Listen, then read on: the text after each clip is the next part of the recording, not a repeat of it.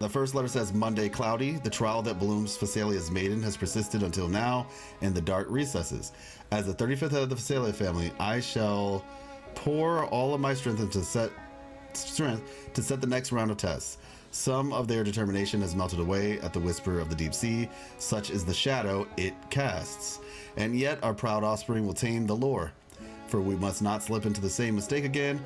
Oh, glorious. It's like smudged, but it basically says, "O glorious Imperator, look upon my heart with your divine gaze and see the faith that resides within every soul of the Fisalia family."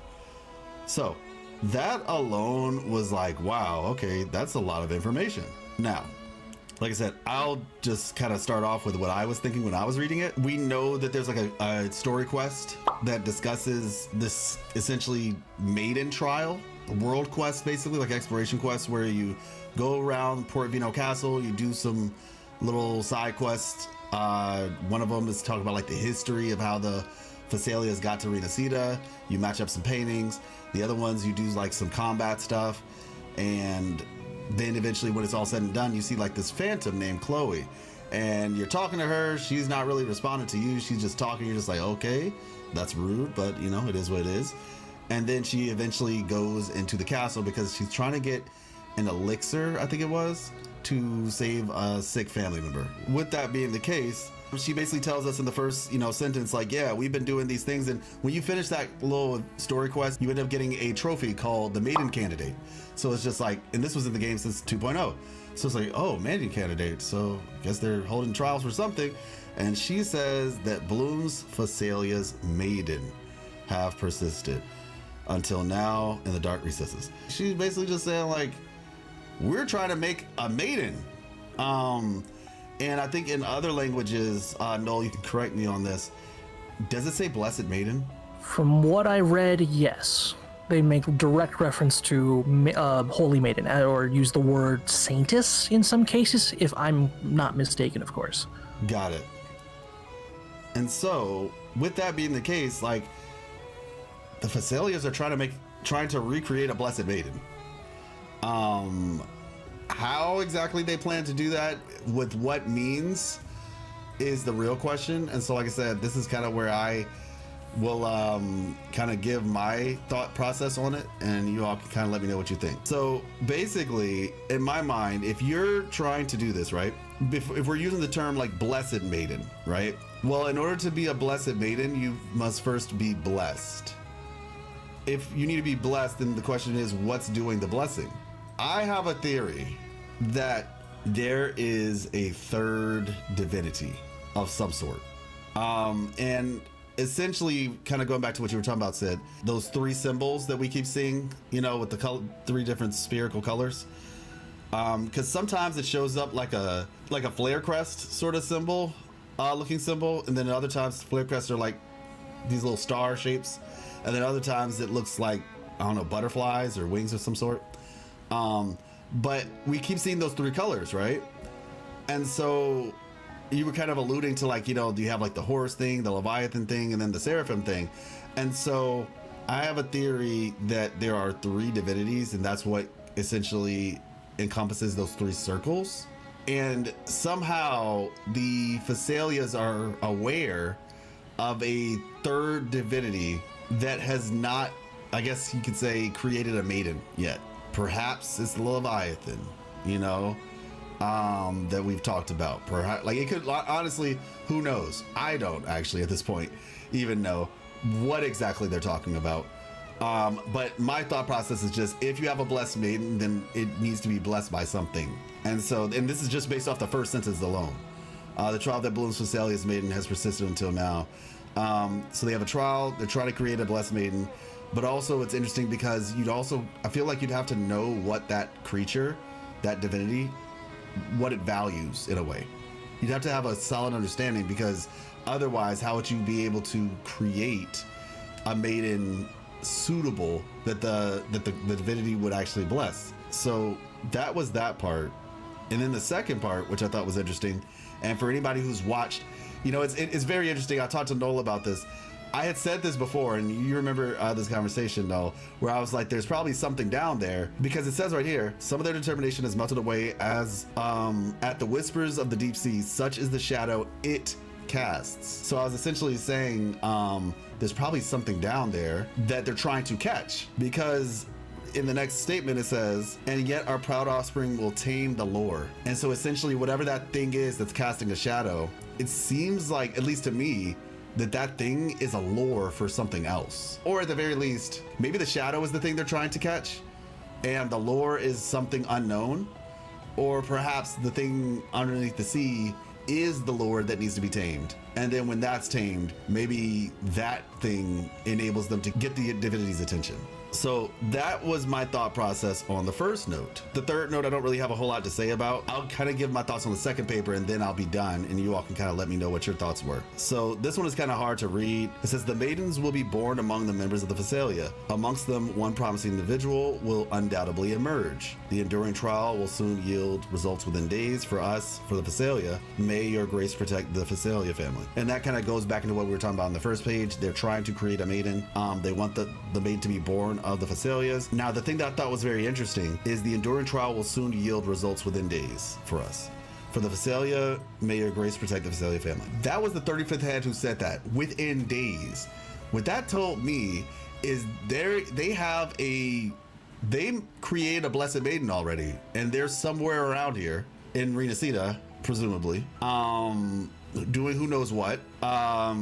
Maybe they're I don't know, working in the business district. Maybe they're a fan of the Fool's Troupe plays. Maybe they're a traveling bard. There's just some thoughts that I had, but Chacona has a fleur-de-lis on her design and she has elf ears. I don't know. Like I said, this could be like shooting out of left field, but my thought process is, what if that's Chacona? What if she, because once again, this is the 35th head who wrote this letter, right? We don't know the exact time, but it seems like it's been a while, based on like the smudges on the paper. So it could have been the case that she was like the third, or the experiment blessed maiden, or whatever you want to call it. And the only reason why I also kind of thought that was just because her design, there's like this little thing on her wrist that looks kind of like the ruffles that are at the ends of dresses and things like that. We kind of see this design choice amongst, like, even like on their head gear adornments of the Fisalias, and she kind of had something similar to that on her wrist. So it just kind of, to me at least, was like, what if she's a Fisalia? And if she is a Fisalia, what if, like I said, what if this is the person? Maybe it's not, but it seems like she was expecting there to be some success. Or at the very least, I guess they found somebody to become the Blessed Maiden. Whether they got it to actually go down, I guess isn't really assured, but that's that bit. And now the last bit, hopefully you all are tracking, is this little poem that she writes, and my thought process on that. But before I get to the poem, like I said, I know I said a lot. What are you all's thoughts on that? So I also think there is a third divinity, and that Chacona, I hope I got that name right, is related to it. I see the appearance and the dress code of Chacona relating to the Fisalias, but I also think that Chacona may be part of what is called the Lost, because in the vision, the first vision from 2.0, there were a group of people being rounded up by light. That's like electro-looking light, the same light that's through Cartetia's chest. I think that there is a group that has been lost, a group of people that has been lost to time, because we know that originally when Renacita started, there were 5 tribes, at least 5 tribes. And I think that is from the essays of the Regenesi drama, where it mentions the 5 tribes. Yeah. And I think that the notes, now that we've seen Canterella's Resonator trailer, I think that the notes coincide with that trailer, and that the thing casting the shadow is that octopus squid looking thing. Yeah. But that doesn't mean that there isn't a third divinity. I think that divinity still exists, But what you see in all of these scripts and notes and that is this kind of prayer, "O glorious Imperator, look upon my heart with your divine gaze." And essentially, the old Renacita, the Blessed Maiden, was the resonator.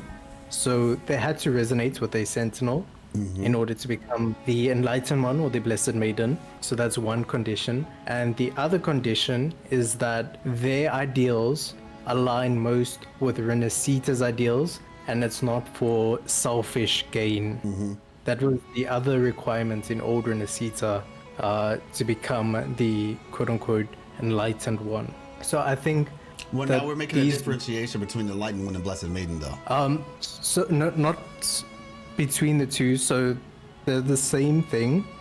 It's just that in old Renacita, it is a resonator who resonates with the sentinel, and the Imperator then chooses the person whose ideals align most with the will of Renacita. So let me get the exact words. Gotcha. Yeah, because I was gonna say we know that you can be a Blessed Maiden and an Enlightened One, but that does not necessarily mean because you are the Blessed Maiden, you are the Enlightened One. Because in the based on the play that Cristoforo wrote, which was based on historic information that he had gotten, the people were calling Cardathia the Blessed Maiden, but they were also calling her the Enlightened One. And she basically responded saying, "No, I'm not the Enlightened One, and I haven't actually heard anything about an Enlightened One yet." And they were like, "Oh, but surely, you are, you're the Sentinel's Resonator, and as far as we're concerned, you're the Enlightened One." But she was basically denying that title.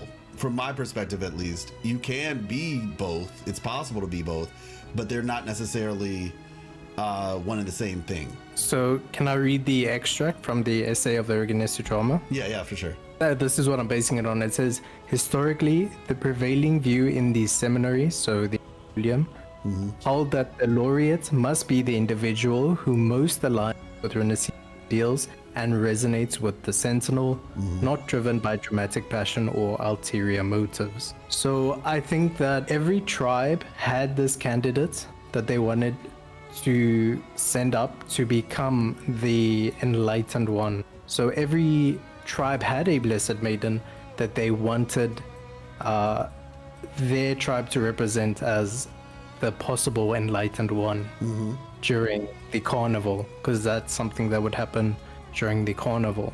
And now that I look at it, it actually seems to suggest that the carnival took place in the Avanolium, because it says in the seminary. Yeah, the prevailing view in the seminary. Yeah, but because I guess I'm thinking about where, when we talk to Phoebe, she basically says to us, like, yeah, the Primus is the very first Enlightened One ever, right? Meaning there was not an Enlightened One prior. Like, he is the prophesied, because, like, that's the idea, like, they were blessed, you can be a Blessed Maiden. And, based on what you're saying, it seems like maybe, each tribe had their own Blessed Maiden, I guess you could say. But only one Enlightened One would come about. And Cardathia was basically saying, based on what we read in the thing, that she was not it. Maybe she becomes it, but at the time she was not it. So it's like, Blessed Maiden, cool, but you're not necessarily the Enlightened One just yet. Okay, just so we're on track with that then. Now, I will say this, because you were saying you said that she's a part of the Lost, right? Potentially. Potentially. I think that there's room for it. All I can say is technically Carlotta knows her. So maybe that's something that literally happens in the story. Like, Carlotta ends up meeting her briefly before we get to talk to her. And so then that's why Carlotta just knows her. Because that would be my only retort to that, would just be like, wait, how does she know her if she's a part of the Lost? But maybe at some point she finds her way back and meets Carlotta before she meets us, and then Carlotta introduces us. There's definitely technically room for that concept to occur. But that's interesting, though. That is very interesting. The whole Lost being considered the tribes. It causes a lot of question. One of the tribes. Oh yeah, I think one of it's the tribes. the Lost, maybe one of the tribes, and the tribes are now these families. The Fisalia, the Montelli, but that's more of a recent thing. But we know the Montelli is still old because they had Hadrian's gladiator. And gladiators were a thing, which I think will be like explored in Septimont. Yes. That's like my take on Septimont, is that they're going to explore like the more historical side of Renaissita's culture, not just events that happened in Renaissita's past. Exactly. Yeah, I mean, you can talk to a couple NPCs in the world, and they tell you that like there's a gladiator arena, like an Echo gladiator arena, in Septimont, and just some other interesting things. I think the Septimont's going to look really cool. I just have a feeling it's going to look really cool. There's supposed to be like a volcano of some sort in that area as well. So, but yeah, okay. So that's some really interesting insight. Yeah, I latched onto a particular phrase. It was, the maidens will be born among the members of the Fisalia. Among them, one promising individual will undoubtedly emerge. I initially thought this was a reference to Japanese ritual referred to as kodoku, which is a derivative from gu, that is basically the Chinese equivalent, where the premise was you trap multiple poisonous insects in a jar or a closed container and have them fight for survival, of which the sole survivor is used one of two ways: as a poison in and of itself by being ground up, and that poison is used to control, inflict misfortune, or kill someone. Versus the second reason, it's used as an auspicious charm, but in exchange you must care for the insect, feeding it and making sure it lives as long as possible. And if you don't, the bug will devour the initiator of the ritual whole, but that can be prevented by giving up all their riches and leaving it at the side of the road, and usually with interest in gold or silver. Now, I'm a little bit hesitant to think that's correct, just because of the way the trailer kind of puts it, because we don't really see like a maiden fight to the death, which maiden will survive type of deal. It's more like they're literally just filtering through several people until they get the right candidate they're looking for.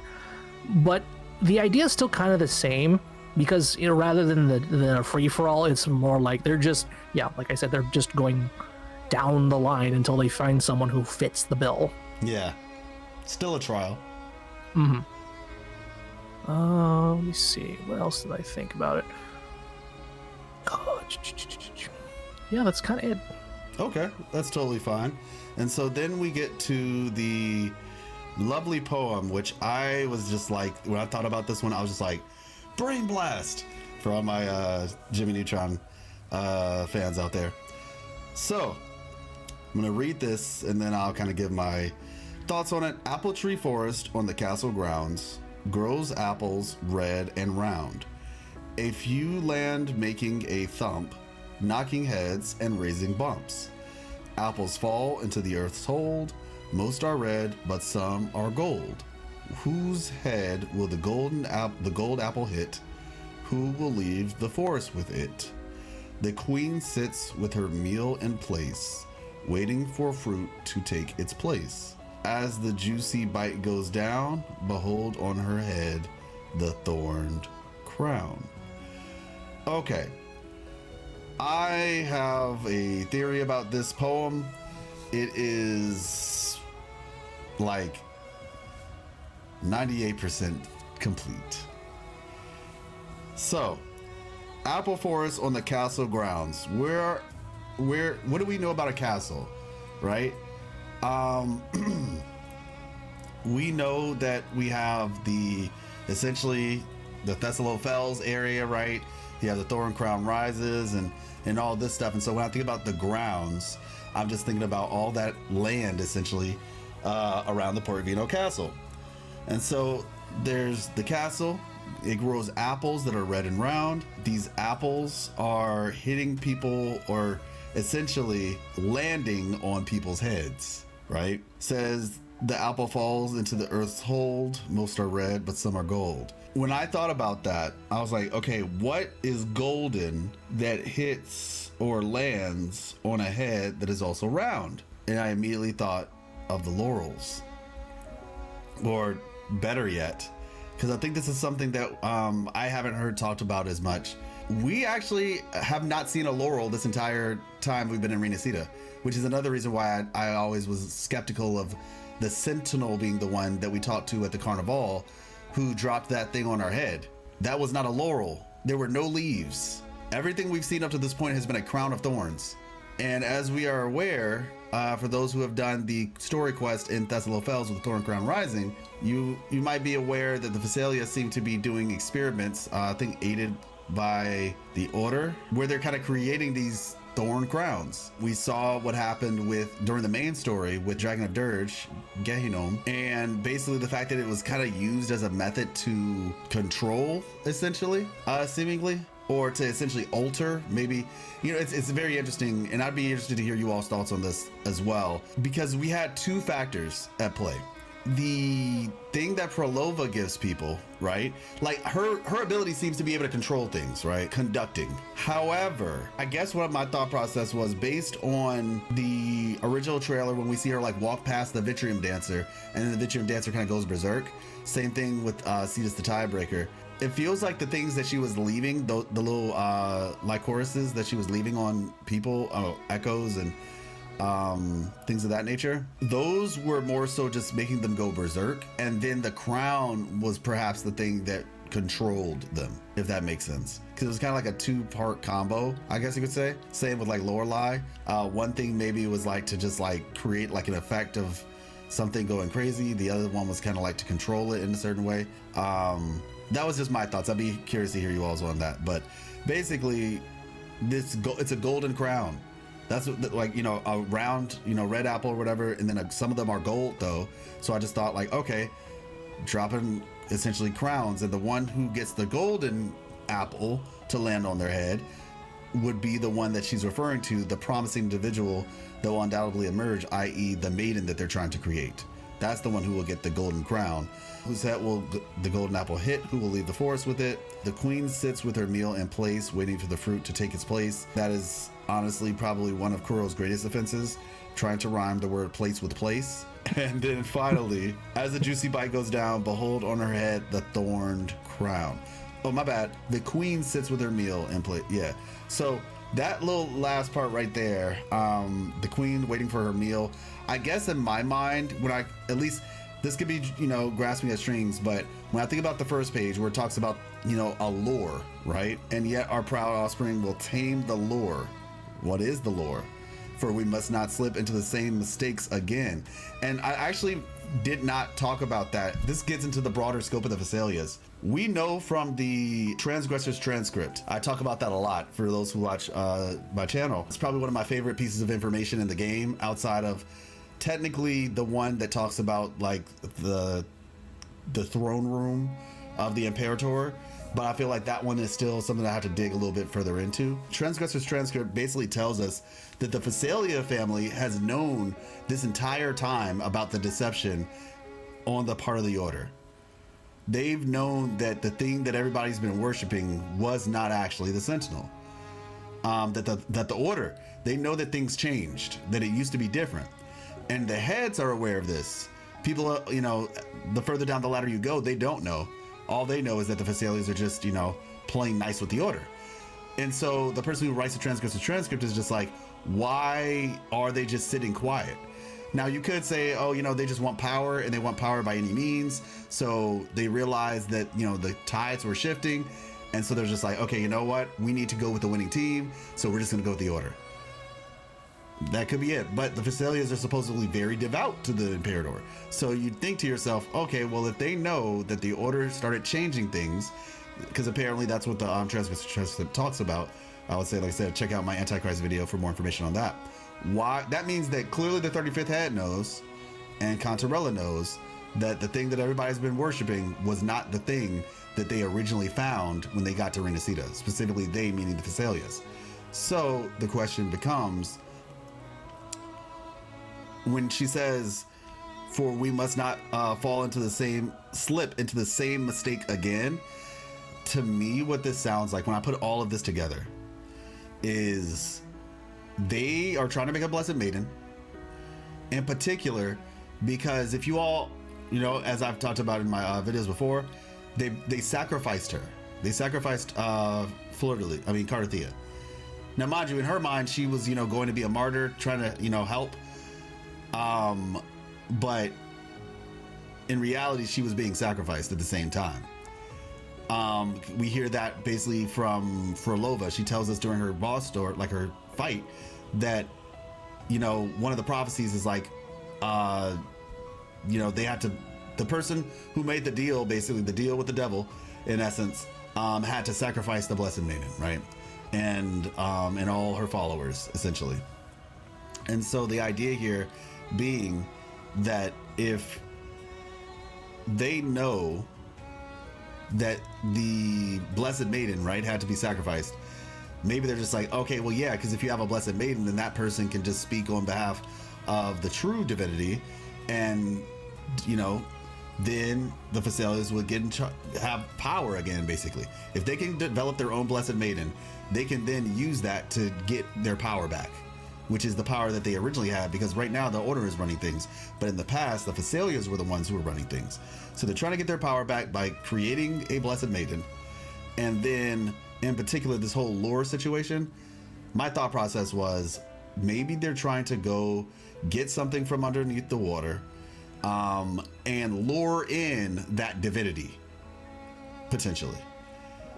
And then, if you've done the Thorn Crown Rises quest, that big old experimental laurel that's supposedly used to control things, maybe that's the idea. Maybe the idea is that the Blessed Maiden that they end up creating will be able to tame that creature we see in the deep in Canterella's trailer.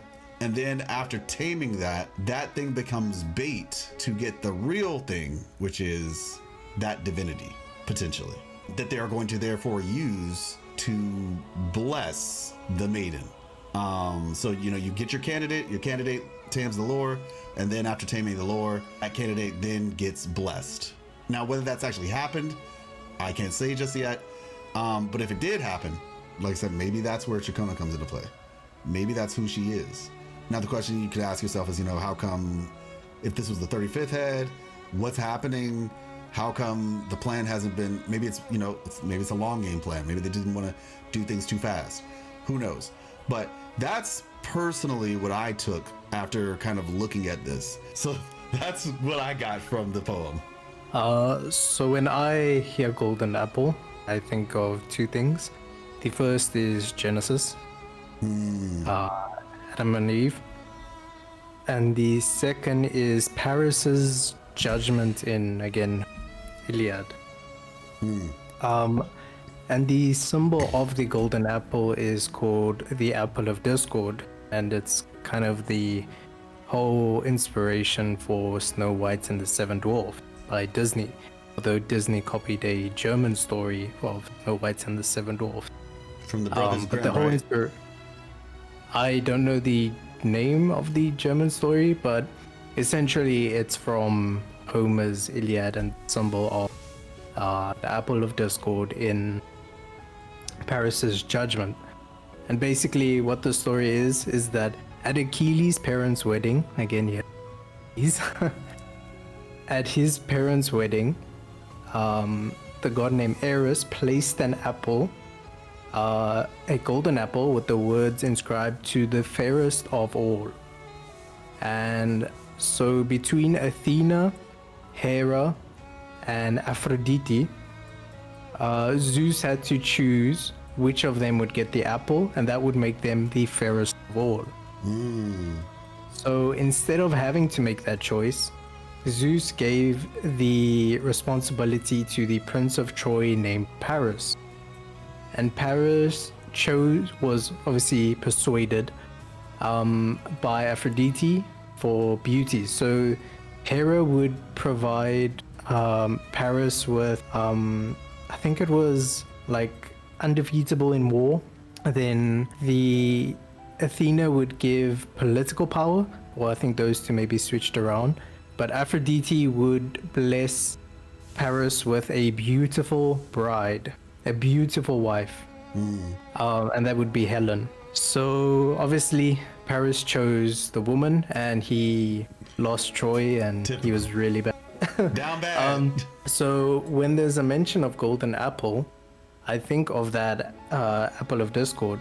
The whole idea behind it is that the one who the golden apple, the head that the golden apple falls on, is the one that will change or be the change or discord amongst the group of maidens that the Fisalia get to represent the enlightened one.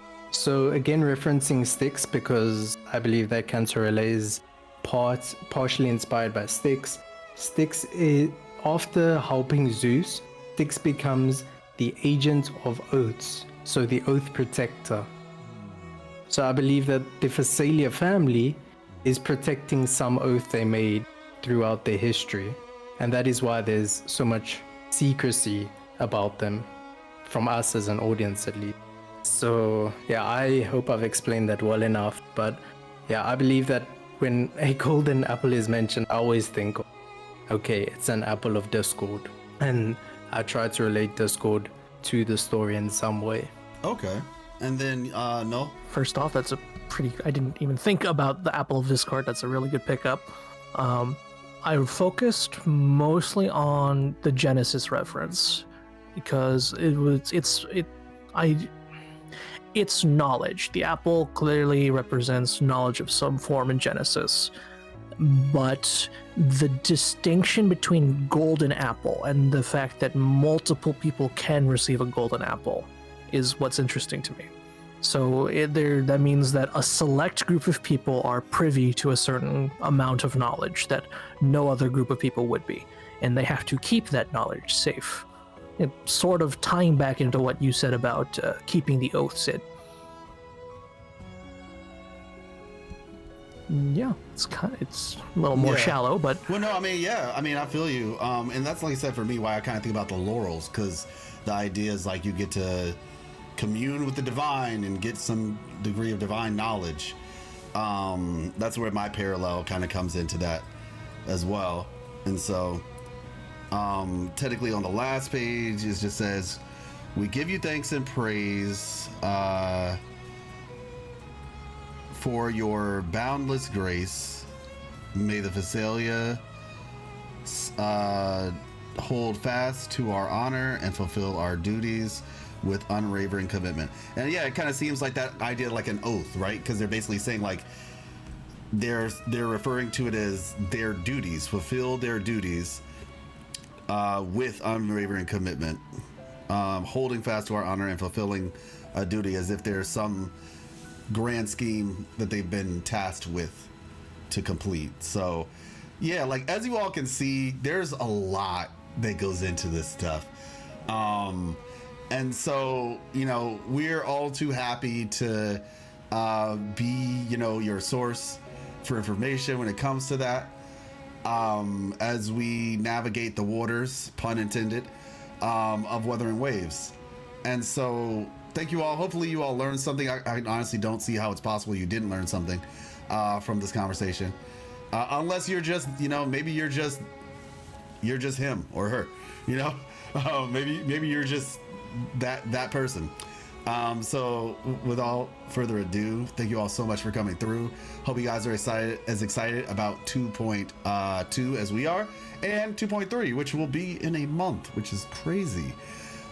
Just for a reminder for anybody who doesn't know, 2.2 will only last 1 month. Well, 33 days to be exact. So 2.3, it's gonna be crazy. So I'm pretty sure we'll have some more to discuss in the future. But like I said, we thank you all so much for coming through. I'll let everybody kind of say their bit. You can let everybody know, how they can find you, your YouTube channel, what have you, so forth, so on. I think a lot of crazy things are about to happen, and Arrow Rover, of course, we're getting a new power for Rover, so I think that's pretty exciting, but kind of worrying because we're already halfway through 3 out of 6 attributes. Yeah, I think that's a conversation for another time. For sure. But yeah, the only place you can find me is on YouTube. And yeah, thanks again, Life, for having me part of this. It's I've had a great time, and yeah. Awesome. Thank you for being here. And that's Sidneymar on YouTube. Information will be in the description. And I was saying thank you for watching as well.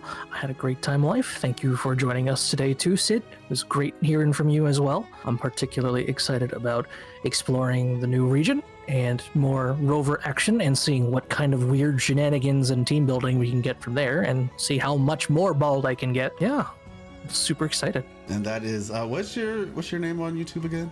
It's just NoLaifu. NoLaifu. And Yep. I'll have it available for the description then, I guess. awesome. Yeah. Twitter handle is all the same, but I'd appreciate it if you just simply enjoy reading the lore. You don't need to really watch my content. Just appreciate the lore, and I think I'll have a great time.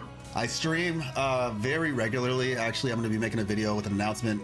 If you're seeing this after the announcement is gone, yeah, I might tag the announcement in the description as well.